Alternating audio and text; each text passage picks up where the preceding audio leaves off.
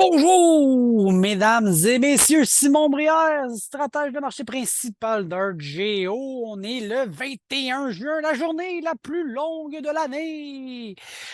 Joyeux solstice et joyeux hausse des prix des récoltes. OK, on jase de ça aujourd'hui, les récoltes, les récoltes, les récoltes. Simon, qu'est-ce qui se passe? Ça monte donc bien à la bourse. Je vous explique tout ça, j'essaie de faire un wrap-up parce que je pense que on se parle. On se parle, là, le timing, là. Le timing est là. Il y a des grosses décisions qui doivent se prendre dans les 2, 3 prochaines semaines. OK? Je regarde de donner un peu d'informations là, tous les lundis, là, ce qu'on appelle le crop progress. Sortir mon anglais. Donc, la progression des récoltes, la progression des semis. Au début, on regarde, bon, est-ce qu'ils sont rendus à 25 semés? Est-ce que ça, c'est des trucs de printemps aujourd'hui, rendu à l'été? On regarde la condition du blé d'Inde, du soya. Est-ce qu'il est-tu beau, il est-tu pas beau? Et de la manière que c'est fait, c'est ici l'USDA tous les lundis. C'est un sondage, OK? Un peu la procédure ou la manière de faire, c'est qu'ils vont avoir proche de 4000, OK? 3600 répondants. Et ils vont poser des questions. Donc, c'est un sondage. Salut, c'est moi, comment ça va? Ton champ, il est-tu beau? Ça a l'air de quoi? Voilà. Donc, c'est un sondage qui est fait à tous les semaines et c'est construit de cette manière-là. Et avec les réponses, il y a 5 catégories. C'est vraiment pas bon, c'est pas bon, c'est correct, c'est bon ou excellent. OK? Donc, ces catégories-là, et même dans le commerce, on va vouloir isoler les catégories good to excellent, bon, excellent, et on va vouloir les comparer d'une année à l'autre. OK? Donc, si je regarde aujourd'hui, 47,8, ça fait 55 bon ou excellent. Et c'est en baisse par rapport à 61 la semaine dernière et l'année dernière, c'était 70. Donc, on voit, on est capable de comparer de cette manière-là et c'est un sondage. OK? Donc, c'est de même que le rapport, il est construit pour l'état des cultures aux États-Unis. On voit qu'il y a une baisse assez importante du conduction. Là, je vais vous parler du maïs, mais les constats ou les observations sont similaires pour le soya. Jusqu'à un moment donné, on va simplifier toute la poutine. On voit que 2023, les conditions des cultures ont baissé beaucoup. Pourquoi? Il manque d'eau. Donc, on est dans une année un petit peu plus difficile en termes de récolte. Ah, voilà, voilà, voilà. Si je regardais dans les dernières années, OK, le rendement, est-ce qu'on est capable de facilement dire Ah, c'est plus bon? S'il y a toujours une petite tendance négative dans l'état des cultures et ça se stabilise et on va avoir un rendement à l'automne. Comparer ça en juin, c'est très difficile. La pollinisation est en juillet. Donc, le lien n'est pas bon entre l'état des cultures de juin et le rendement rendu à l'automne. Faites bien attention. Dans les dernières années, on a toujours eu un rendement qui a zigonné. Ah, on zigonne des 170 genre en moyenne. L'USDA à 181 sont beaucoup trop élevés.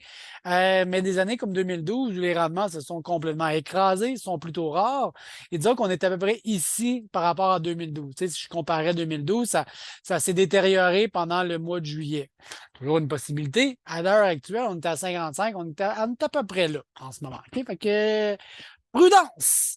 Et là, je dis prudence parce qu'on a, dans les 2, 3 prochaines semaines, j'ai l'impression qu'on va jouer, on va jouer le marché pour les 12 prochains mois. Ça va être très déterminant.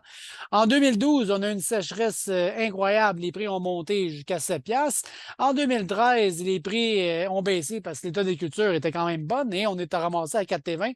Fait qu'aujourd'hui, notre petite ligne blanche, on est en 2023. Où c'est, ça s'en va? Ça va-tu sa sécheresse? Ça va-tu mouiller puis on va rebaisser? On va-tu zigonner puis rester à ces niveaux-là? Dans les 2, 3 prochaines semaines, c'est là que ça se joue. Mesdames et messieurs, faites bien attention. OK? Donc, en 2012, ça avait monté. Le mouvement s'est passé. Là. Pourquoi je dis que c'est très important? C'est que dans les 2, 3 prochaines semaines, il y a une grosse probabilité que c'est là que ça se joue. OK? Fait que c'est pas le temps de cligner des yeux.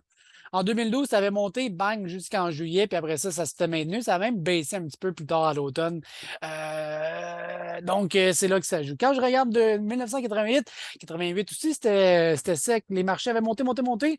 Et finalement, plus de peur que de mal. Les cours avaient rebaissé. En 92 aussi, c'était sec qu'on se demandait. Et là, le marché a cassé, rendu à quelque part en juillet. Vous comprenez qu'il y a une tendance des prix à fortement chuter rendu en juillet pour toutes sortes de raisons. C'est moins pire que prévu finalement. Donc, je regarde en 2014, ah, oups, oups, oups, ça a monté, rendu au printemps, bang, ça a baissé. En 2015, oups, petite crainte météo, ça a redescendu à partir de juillet. C'est pas pour rien, là. Ici, le juin, juillet, c'est le moment de l'année le plus volatile. Je regarde 2016, oups, là, 2016, ça avait monté et ça s'était écrasé. 2017, vous comprenez un peu le pattern, j'imagine. 2018, rendu à l'été, bang, ça avait baissé. 2019, ouh, c'était pas beau. 2019, il mouillait, mouillait, mouillait, mouillait. Finalement, plus de peur que de mal, on est revenu à la baisse. Est-ce que cette année va avoir un constat similaire? Je ne le sais pas, mais faites attention, les probabilités, les bilans, la météo, c'est imprévisible tout ça. J'ai pas envie qu'on prenne des mauvaises décisions émotives qui viennent nous hanter plus tard. Donc voilà, on est ici, les prix ont monté beaucoup et pour l'avenir, je ne le sais pas, mais ça va jouer dans les 2, 3 prochaines semaines.